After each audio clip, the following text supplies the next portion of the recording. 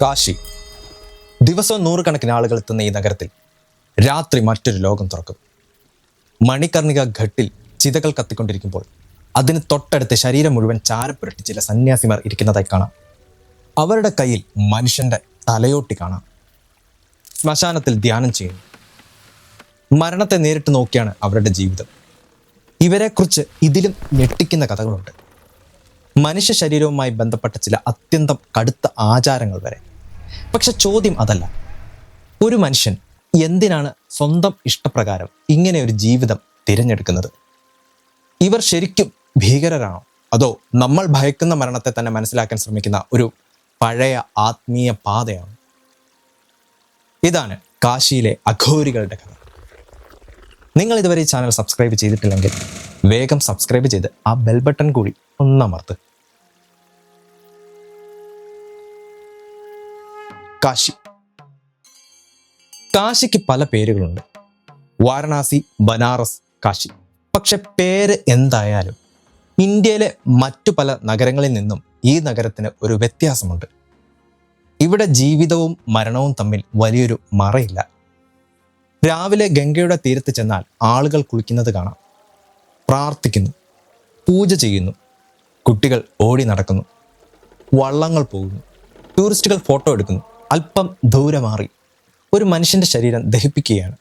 കാശിയിൽ അത് അസാധാരണമായ ഒരു കാഴ്ചയല്ല, പ്രത്യേകിച്ച് മണികർണിക ഘട്ടിൽ. ഹിന്ദു വിശ്വാസത്തിൽ കാശിയിൽ മരിക്കുകയും ഇവിടെ ദഹിപ്പിക്കപ്പെടുകയും ചെയ്യുന്നതിന് വലിയ ആത്മീയ പ്രാധാന്യമുണ്ട്. മോക്ഷവുമായി ബന്ധപ്പെടുത്തിയിട്ടുള്ള സ്ഥലമാണിത്. അതുകൊണ്ട് തന്നെ ഇന്ത്യയുടെ പല ഭാഗങ്ങളിൽ നിന്നുള്ള ആളുകളുടെ മൃതദേഹങ്ങൾ ഇവിടെ എത്തിക്കാറുണ്ട്. ഇപ്പോൾ നമ്മൾ സാധാരണ ജീവിതത്തെക്കുറിച്ച് ഒന്ന് ആലോചിക്കൂ. മരണം നമ്മൾ പരമാവധി അകറ്റി നിർത്തുന്ന കാര്യമാണ്. ആശുപത്രിയിൽ ഒരാൾ മരിച്ചാൽ ശരീരം ഉടൻ മൂടും. വീട്ടിൽ മരണം സംഭവിച്ചാൽ എല്ലാവർക്കും അതൊരു വലിയ മാനസിക ആഘാതമാണ്. ശ്മശാനത്തിൽ പോകും, ചടങ്ങുകൾ ചെയ്യും, പിന്നെ അവിടെ നിന്നും മടങ്ങും. അത് സ്വാഭാവികമാണ്. കാരണം മരണം നമ്മെ അസ്വസ്ഥരാക്കുന്നു. ഒരിക്കൽ നമ്മളും ഇല്ലാതാകും എന്ന കാര്യം അത് നേരിട്ട് ഓർമ്മിപ്പിക്കുന്നു. പണമുണ്ടായാലും വലിയ വീടുണ്ടായാലും പേരുണ്ടായാലും അധികാരമുണ്ടായാലും ശരീരം ഒരു ദിവസം നിൽക്കും. അത് തന്നെയാണ് അഘോരി ദിവസവും നേരിട്ട് കാണുന്നത്. നമ്മൾ മരണത്തിൽ നിന്ന് അകലം പാലിക്കുമ്പോൾ അഘോരി അതിൻ്റെ അടുത്തേക്ക് പോകുന്നു. അവരുടെ ചോദ്യം വളരെ ലളിതമാണ്. മരണം ജീവിതത്തിൻ്റെ ഭാഗമാണെങ്കിൽ അതിനെ എന്തിനാണ് ഇത്രയും ഭയക്കുന്നത്? ആ ചോദ്യം തന്നെയാണ് അഘോർ മനസ്സിലാക്കാനുള്ള ആദ്യത്തെ വഴി. അഘോർ എന്താണ്? അഘോരി എന്ന് കേൾക്കുമ്പോൾ പലരുടെയും മനസ്സിൽ ആദ്യം വരുന്നത് ഒരു പേടിപ്പിക്കുന്ന രൂപമാണ്. ശ്മശാനം, ചാരം, തലയോട്ടി, മന്ത്രവാദം. പക്ഷേ അഘോർ എന്ന വാക്കിൻ്റെ അർത്ഥം തന്നെ ഭീകരമല്ലാത്തത് എന്നതാണ്. അപ്പോൾ ഇത്രയും ഭയപ്പെടുത്തുന്ന രൂപമുള്ള ഒരു പാരമ്പര്യത്തിന് ഇങ്ങനെ ഒരു പേര് എങ്ങനെ വന്നു? അതിൻ്റെ ഉത്തരം അവരുടെ ചിന്തയിലാണ്. നമ്മൾ ലോകത്തെ എല്ലായ്പ്പോഴും വേർതിരിച്ചാണ് കാണുന്നത്. നല്ലത് അല്ലെങ്കിൽ ചീത്ത, ശുദ്ധം അശുദ്ധം, ഉയർന്നത് അല്ലെങ്കിൽ താഴ്ന്നത്. പക്ഷെ അഘോർ ചിന്ത പറയുന്നത് ഈ വേർതിരിവുകളിൽ പലതും മനുഷ്യന്റെ മനസ്സാണ് ഉണ്ടാക്കുന്നതെന്നാണ്. എല്ലാത്തിലും ഒരേ ദൈവിക സാന്നിധ്യമാണെങ്കിൽ എന്തിനെ അശുദ്ധമെന്ന് പറയണം? എന്തിൽ നിന്ന് ഓടണം? കേൾക്കുമ്പോൾ ഇതൊരു ഫിലോസഫി പോലെ തോന്നാം. പക്ഷേ അഘോരികൾ അത് വെറും ആശയമായി പറഞ്ഞു നിർത്തിയില്ല. അവർ അതിനെ നേരിട്ട് പരീക്ഷിച്ചു. അതും മനുഷ്യൻ ഏറ്റവും കൂടുതൽ ഭയക്കുന്ന സ്ഥലത്ത്, ശ്മശാനത്തിൽ. എന്തിനാണ് ശ്മശാനം? നമ്മൾ ഒരിക്കൽ ഒരു ശ്മശാനത്തിൽ നിൽക്കുന്നു എന്ന് കരുതുക. അവിടെ കിടക്കുന്ന ശരീരം ഒരിക്കൽ ആരുടെയോ അച്ഛനായിരുന്നു, അല്ലെങ്കിൽ അമ്മ, ഭർത്താവ്, ഭാര്യ. ജീവിച്ചിരുന്നപ്പോൾ ഇവർക്കിടയിൽ ഒരുപാട് വ്യത്യാസങ്ങൾ ഉണ്ടായിരുന്നേക്കാം. പക്ഷെ മരണത്തിന് ശേഷം അവിടെ പദവിയില്ല, സമ്പത്തില്ല, സൗന്ദര്യമില്ല, അഹങ്കാരത്തിന് പോലും ഇടമില്ല. അഘോരിക്ക് ശ്മശാനം അതുകൊണ്ട് വെറും മൃതദേഹങ്ങൾ ദഹിപ്പിക്കുന്ന സ്ഥലമല്ല, അത് ഒരു പാഠമാണ്. ഈ ശരീരം സ്ഥിരമല്ല. അപ്പോൾ ചോദ്യം വരും, ഈ ശരീരം തന്നെയാണോ ഞാൻ? എൻ്റെ ജോലി, എൻ്റെ പണം, എൻ്റെ രൂപം, എൻ്റെ സ്ഥാനമാനം, ഇവയെല്ലാം ഒരു ദിവസം പോയാൽ പിന്നെ എന്താണ് ബാക്കിയാകുന്നത്? ഇതുപോലുള്ള ചോദ്യങ്ങളാണ് അവരുടെ ധ്യാനത്തിൻ്റെ ഭാഗം. അതിനാലാണ് ചില അഘോർ സാധകർ ശ്മശാനങ്ങളിൽ സമയം ചെലവഴിച്ചത്. അവിടെ ഇരുന്ന് ധ്യാനം ചെയ്തു, മരണത്തെ നേരിട്ട് കണ്ടു. മൃതശരീരത്തെ കണ്ടപ്പോൾ മനസ്സിലുയരുന്ന പേടി, വെറുപ്പ്, അസ്വസ്ഥത അത് ഒളിപ്പിക്കാതെ നേരിട്ടു. അഘോരികളുടെ ഈ രീതികൾ ഒറ്റയ്ക്കുണ്ടായതല്ല. ഇന്ത്യയിലെ പഴയ ചില ശൈവ താന്ത്രിക പാരമ്പര്യങ്ങളിലും ശ്മശാനം, ചാരം, മനുഷ്യന്റെ തലയോട്ടി തുടങ്ങിയ പ്രതീകങ്ങൾ കാണാം. പ്രത്യേകിച്ച് പഴയ കാബാലിക പാരമ്പര്യത്തെക്കുറിച്ചുള്ള ചിത്രരേഖകളിൽ ഇത്തരം കാര്യങ്ങൾ പറയുന്നുണ്ട്. പക്ഷേ അഘോരികളുടെ വളരെ പഴയ ചരിത്രം മുഴുവനുമായി രേഖപ്പെടുത്തിയിട്ടുണ്ടെന്ന് പറയാൻ കഴിയില്ല. അവിടെ ചരിത്രവും പാരമ്പര്യ കഥകളും തമ്മിൽ കലരുന്ന ഭാഗങ്ങളുണ്ട്. അതുകൊണ്ട് അഘോരികളെക്കുറിച്ചുള്ള ഓരോ കഥയും ഫാക്റ്റായി എടുത്താൽ തെറ്റും. ശരീരത്തിൽ എന്തിനാണ് ചാരം?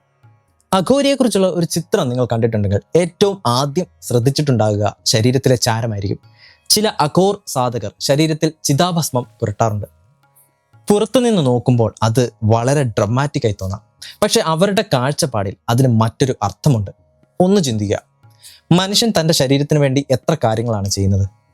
സൗന്ദര്യം, വസ്ത്രം, മേക്കപ്പ്, ജിം, ട്രീറ്റ്മെന്റ്. ഈ ശരീരം കൂടുതൽ നല്ലതായി കാണണം എന്ന ആഗ്രഹം സ്വാഭാവികമാണ്. പക്ഷെ അഘോരി ശരീരത്തിൽ ചാരം പുരട്ടുമ്പോൾ സ്വയം ഓർമ്മിപ്പിക്കുന്നത് മറ്റൊന്നാണ്. ഒരു ദിവസം ഈ ശരീരവും ചാരമാകും. അതുകൊണ്ട് ശരീരത്തെ അവഗണിക്കണം എന്നല്ല, പക്ഷെ ശരീരം ശാശ്വതമാണെന്ന് തോന്നലിൽ ജീവിക്കരുത് എന്ന ആശയമാണ് പിന്നിൽ. ഇതോടൊപ്പം അഘോരികളെ കുറിച്ച് പറയുമ്പോൾ മറ്റൊരു വസ്തു കൂടി വരും. കപാലം, മനുഷ്യന്റെ തലയോട്ടി. ചില സന്യാസ പാരമ്പര്യങ്ങളിൽ തലയോട്ടി ഒരു പാത്രമായി ഉപയോഗിച്ചിരുന്ന രേഖകളുണ്ട്. ചില അഘോർ സാധകരും അത് ഉപയോഗിക്കുന്നതായി രേഖപ്പെടുത്തിയിട്ടുണ്ട്. നമ്മൾ കണ്ടാൽ പേടിക്കും, പക്ഷെ അവരുടെ പ്രതീകാത്മക കാഴ്ചപ്പാട് വേറെയാണ്. ഒരിക്കൽ ചിന്തിച്ചിരുന്ന തല, സ്നേഹിച്ച തല, അല്ലെങ്കിൽ കോപിച്ച തല, വലിയ വലിയ തീരുമാനങ്ങൾ എടുത്ത തല, അവസാനം ഒരു ശൂന്യമായ അസ്ഥി. ജീവിതത്തെക്കുറിച്ച് വലിയൊരു ലെക്ചർ കൊടുക്കാതെ മരണത്തിന് പറയാനുള്ളത് ഒരുപക്ഷെ ഇത്രയേ ഉള്ളൂ: ഒന്നും സ്ഥിരമല്ല. ഇനി അഘോരികളെ കുറിച്ച് സംസാരിക്കുമ്പോൾ ഒഴിവാക്കാൻ പറ്റാത്തൊരു കാര്യത്തിലേക്ക് വരാം. അഘോരികൾ മനുഷ്യന്റെ മാംസം കഴിക്കുമോ?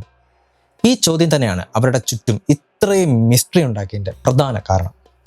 ഇന്റർനെറ്റിൽ അഘോരി എന്ന് സെർച്ച് ചെയ്താൽ പോലും ഇതുമായി ബന്ധപ്പെട്ട ചിത്രങ്ങളും വീഡിയോസും കാണാം. അപ്പോൾ സത്യം എന്താണ്? ആദ്യം ഒരു കാര്യം വ്യക്തമായി പറയണം: എല്ലാ അഘോരികളും മനുഷ്യന്റെ മാംസം കഴിക്കുന്നില്ല. അത് അവരുടെ സാധാരണ ഭക്ഷണവും അല്ല, അഘോരി ആകാനുള്ള ഒരു നിയമവും അല്ല. പക്ഷെ ചില പഴയ രേഖകളിലും ആന്ത്രോപോളജിക്കൽ സ്റ്റഡീസിലും വളരെ കുറച്ച് അഘോർ സാധകരുമായി ബന്ധപ്പെട്ട് ഇത്തരം എക്സ്ട്രീം റിച്വൽ പ്രാക്ടീസസ് പറഞ്ഞിട്ടുണ്ട്. അതുകൊണ്ട് ഇത് മുഴുവൻ കെട്ടുകഥയാണ് എന്ന് പറയുന്നതും ശരിയാകില്ല. അതേസമയം അഘോരികൾ എല്ലാം മനുഷ്യരെ കഴിക്കുന്നവരാണ് എന്ന രീതിയിൽ പറയുന്നതും അതിലും വലിയ തെറ്റാണ്. ഇവിടെ മറ്റൊരു കാര്യവും മനസ്സിലാക്കണം. രേഖപ്പെടുത്തിയിട്ടുള്ള ഇത്തരം സംഭവങ്ങളിൽ ആശയം വിശപ്പല്ല, ഭക്ഷണം കിട്ടാത്തതുമല്ല. അവരുടെ സന്യാസ ചിന്തയിൽ അത് ഒരു ടാബു തകർക്കലായിരുന്നു. മനുഷ്യന്റെ മനസ്സിൽ ഏറ്റവും ശക്തമായ വെറുപ്പും ഭയവും ഉണ്ടാക്കുന്ന കാര്യം എന്താണ്? മൃതശരീരം. അത് തൊടാൻ പോലും നമ്മൾ മടിക്കും. അഘോർ ചിന്തയിൽ ചില സാധകർ അതിനോടുള്ള വെറുപ്പിനെയും പേടിയെയും തകർക്കാൻ എക്സ്ട്രീം രീതികളിലേക്ക് പോയിട്ടുണ്ട്. ഇത് കേട്ടാൽ പോലും പലർക്കും അസ്വസ്ഥത ഉണ്ടാകും. ഇത് സാധാരണ ജീവിത രീതിയല്ല, ആരും അനുകരിക്കേണ്ട കാര്യവുമല്ല. ഇത് വളരെ പ്രത്യേകമായ ഒരു സന്യാസ പാരമ്പര്യത്തിലെ, അതും വളരെ അപൂർവമായി രേഖപ്പെടുത്തിയിട്ടുള്ള എക്സ്ട്രീം പ്രാക്ടീസസ് ആണ്. പക്ഷെ സെൻസേഷണൽ വീഡിയോസ് പലപ്പോഴും ചെയ്യുന്നത് മറ്റൊന്നാണ്. ഇത്തരം ഒരു കാര്യത്തെ എടുത്ത് ഇതാണ് അഘോരി എന്ന് കാണിക്കും. അവിടെ തന്നെയാണ് അവരുടെ യഥാർത്ഥ ഫിലോസഫി നഷ്ടപ്പെടുന്നത്. അഘോർ പാരമ്പര്യത്തെക്കുറിച്ച് പറയുമ്പോൾ ഒഴിവാക്കാൻ കഴിയാത്തൊരു പേരുണ്ട്: ബാബ കിനാറാം. കാശിയിലെ ക്രീം കുണ്ട് അഥവാ ബാബ കിനാറാം സ്ഥൽ ഇന്നും അഘോർ പാരമ്പര്യത്തിലെ പ്രധാന കേന്ദ്രങ്ങളിൽ ഒന്നാണ്. കിനാറാമിനെ ചുറ്റിപ്പറ്റി ഒരുപാട് കഥകളുണ്ട്. അത്ഭുത ശക്തികൾ, അസാധാരണ സംഭവങ്ങൾ, വളരെ ദീർഘമായ ആയുസ്, ഇവയെക്കുറിച്ചെല്ലാം പാരമ്പര്യത്തിൽ പറയപ്പെടുന്നു. പക്ഷെ ഒരു കാര്യം ക്ലിയറാണ്: അഘോർ പാത തുടങ്ങിയത് കിനാറാം തന്നെയാണെന്ന് പറയാൻ കഴിയില്ല. ശ്മശാന സാധനങ്ങളും ചില താന്ത്രിക ശൈവ പാരമ്പര്യങ്ങളും അതിനു മുൻപേ ഉണ്ടായിരുന്നുവെന്ന് പഠനങ്ങൾ പറയുന്നു. പക്ഷെ അഘോർ പാരമ്പര്യത്തിന് വ്യക്തമായൊരു രൂപം കൊടുത്തത്, അതിനെ മുന്നോട്ട് കൊണ്ടുപോയ പ്രധാന ഗുരുക്കന്മാരിൽ ഒരാളായിരുന്നു കിനാറാം. അദ്ദേഹവുമായി ബന്ധപ്പെട്ട അഘോർ ചിന്തയിൽ മറ്റൊരു കാര്യവും ശക്തമായി വരുന്നു. ആത്മീയത എന്നത് ലോകത്തിൽ നിന്ന് മാറി നിൽക്കുന്നത് മാത്രമല്ല, മനുഷ്യരെ ശുദ്ധൻ, അശുദ്ധൻ, ഉയർന്നവൻ, താഴ്ന്നവൻ എന്നിങ്ങനെ വേർതിരിക്കുന്ന ചിന്തകളെ ചോദ്യം ചെയ്യണം. അവിടെയാണ് അഘോർ വെറും ശ്മശാന സാധനയിൽ നിന്ന് മാറി മറ്റൊരു വലിയ ആശയത്തിലേക്ക് എത്തുന്നത്. മനുഷ്യനെ മനുഷ്യനായി കാണുക. പിന്നീട് അഘോർ പാരമ്പര്യത്തിൽ വന്ന സാമൂഹിക സേവനത്തിന്റെ അടിത്തറയും ഇതേ ചിന്തയായിരുന്നു. അഘോരി എന്ന് കേട്ടാൽ നമ്മൾ ഗൂഗിൾ ഇമേജസിൽ കാണുന്ന ചിത്രം ഓർക്കും. ശരീരം മുഴുവൻ ചാരം, കയ്യിൽ തലയോട്ടി, പിന്നിൽ ചിത. അത് യഥാർത്ഥത്തിൽ അഘോർ പാരമ്പര്യത്തിന്റെ ഒരു ഭാഗമാണ്. പക്ഷെ മുഴുവൻ കഥയല്ല. കാലക്രമേണ അഘോർ പാരമ്പര്യത്തിന്റെ ചില വിഭാഗങ്ങൾ സാമൂഹിക സേവനത്തിലേക്ക് കൂടുതൽ ശ്രദ്ധ തിരിച്ചു. പ്രത്യേകിച്ച് സമൂഹം പോലും അടുത്തു പോകാൻ മടിച്ചിരുന്ന രോഗികളിലേക്ക്. ഒരു കാലത്ത് കുഷ്ഠരോഗം ബാധിച്ച ആളുകളുടെ അവസ്ഥയൊന്ന് ആലോചിച്ച് നോക്കൂ. രോഗത്തെക്കുറിച്ചുള്ള പേടി ഒരു ഭാഗത്ത്, അതിലും വലിയ പ്രശ്നം സ്റ്റിഗ്മ, സോഷ്യൽ സ്റ്റിഗ്മ. കുടുംബം അകറ്റാം, സമൂഹം മാറ്റി നിർത്താം, ആളുകൾ തൊടാൻ പോലും ഭയക്കും.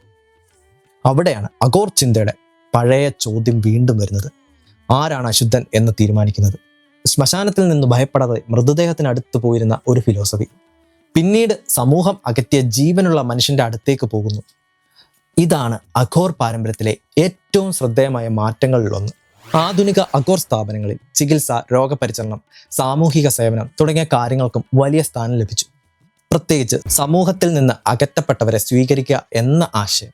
അതായത് പുറം രൂപം മാറി, പക്ഷെ ഉള്ളിലെ ചോദ്യം അത് തന്നെയാണ്. മുമ്പ് അവർ ചോദിച്ചത് മൃതശരീരം അശുദ്ധമാണെന്ന് പറയുന്നത് ആര്? പിന്നീട് ചോദിച്ചത് രോഗിയായ ഒരു മനുഷ്യനെ അശുദ്ധനെന്ന് പറയുന്നത് ആര്? ഇതുകൊണ്ടാണ് അഘോരികളെ വെറും ശ്മശാന സന്യാസികൾ എന്നൊരു വാക്കിൽ ഒതുക്കാൻ പറ്റാത്തത്. അഘോരികളെ പുറത്തുനിന്ന് കാണുമ്പോൾ പലർക്കും ആദ്യം തോന്നുന്നത് ഒരു കാര്യമാണ്: ഇവർക്ക് എന്തെങ്കിലും അത്ഭുത ശക്തി ഉണ്ടോ? മന്ത്രവാദമാണോ ചെയ്യുന്നത്? പക്ഷെ അഘോർ ചിന്തയുടെ ലക്ഷ്യം അതല്ല. അവർ ശ്രമിക്കുന്നത് സ്വന്തം മനസ്സിലെ ഭയം, വെറുപ്പ്, അഹങ്കാരം, ശുദ്ധം അശുദ്ധം എന്ന വേർതിരിവ് എന്നിവയുടെ പിടിയിൽ നിന്ന് പുറത്തു വരാനാണ്. ജീവിതത്തെ സ്വീകരിക്കുന്നത് പോലെ മരണവും ഒരു യാഥാർത്ഥ്യമാണെന്ന് അംഗീകരിക്കുക. യോഗ, തന്ത്ര, ഭക്തി, ധ്യാനം, സേവനം കാലങ്ങളായി ഈ വഴിയുടെ ഭാഗങ്ങളായിട്ടുണ്ട്. പുറത്തുനിന്ന് നോക്കുമ്പോൾ അവരുടെ വഴി എക്സ്ട്രീം ആയി തോന്നാം, പക്ഷെ അവർ തേടുന്നത് വളരെ ലളിതമായൊരു അവസ്ഥയാണ്. ഒന്നിനെയും വെറുക്കാതെ, ഒന്നിനെയും പേടിക്കാതെ ജീവിക്കാൻ കഴിയുന്നൊരു മനസ്സ്. അഘോരികളെ കാണുമ്പോൾ നമ്മൾക്ക് പേടി തോന്നുന്നത് അവരുടെ രൂപം കൊണ്ട് മാത്രമല്ല. അവർ നമ്മൾ സാധാരണ മറച്ചു വെക്കുന്ന ഒരു സത്യം നേരെ മുന്നിൽ കൊണ്ടുവരുന്നു: മരണം. ശരീരം ഒരു ദിവസം അവസാനിക്കും. പണം, സ്ഥാനം, സൗന്ദര്യം, പേര് ഒന്നും കൂടെ വരില്ല. മണികർണികയിലെ ഒരു ചിതയുടെ മുന്നിൽ ഈ വ്യത്യാസങ്ങൾ എല്ലാം ഇല്ലാതാകും. അതുകൊണ്ടാവാം അഘോരികൾ നമ്മളെ അസ്വസ്ഥരാക്കുന്നത്. അവർ മരണത്തെ കാണിക്കുന്നില്ല, നമ്മൾ ഒരു ദിവസം മരണത്തെ നേരിടേണ്ടി വരും എന്ന സത്യം ഓർമ്മിപ്പിക്കുകയാണ്. പുലർച്ചെ ആകുമ്പോഴും മണികർണികയിലെ തീ അണയുന്നില്ല. ഒരു ഭാഗത്ത് ചിത കത്തുന്നു, മറ്റൊരു ഭാഗത്ത് ഗംഗയിൽ ആളുകൾ പ്രാർത്ഥിക്കുന്നു. കാശിയിൽ ജീവിതവും മരണവും ഒരേ കാഴ്ചയ്ക്കുള്ളിലാണ്. അഘോരികളെ നമുക്ക് അംഗീകരിക്കാം, അംഗീകരിക്കാതിരിക്കാം. അവരുടെ രീതികൾ നമ്മളെ അസ്വസ്ഥരാക്കാം. പക്ഷെ അവർ ചോദിക്കുന്ന ചോദ്യം വളരെ ലളിതമാണ്: നമ്മൾ പേടിക്കുന്നത് മരണത്തെയാണോ, അതോ ഒരു ദിവസം എല്ലാം വിട്ടുപോകേണ്ടി വരും എന്ന സത്യത്തെയാണോ? ഒരുപക്ഷെ അഘോർ അന്വേഷിക്കുന്നതും അതാണ്. മരണത്തെ ജയിക്കാനല്ല, മരണത്തോടുള്ള ഭയം ജയിക്കാൻ. പക്ഷെ മരണത്തെ പേടിച്ചുകൊണ്ട് തന്നെ ജീവിക്കണോ എന്നത് മറ്റൊരു ചോദ്യമാണ്. മരണത്തെ ജയിക്കാൻ മനുഷ്യന് കഴിയില്ല, പക്ഷെ മരണത്തെക്കുറിച്ചുള്ള ഭയത്തെ ജയിക്കാൻ കഴിയുമോ?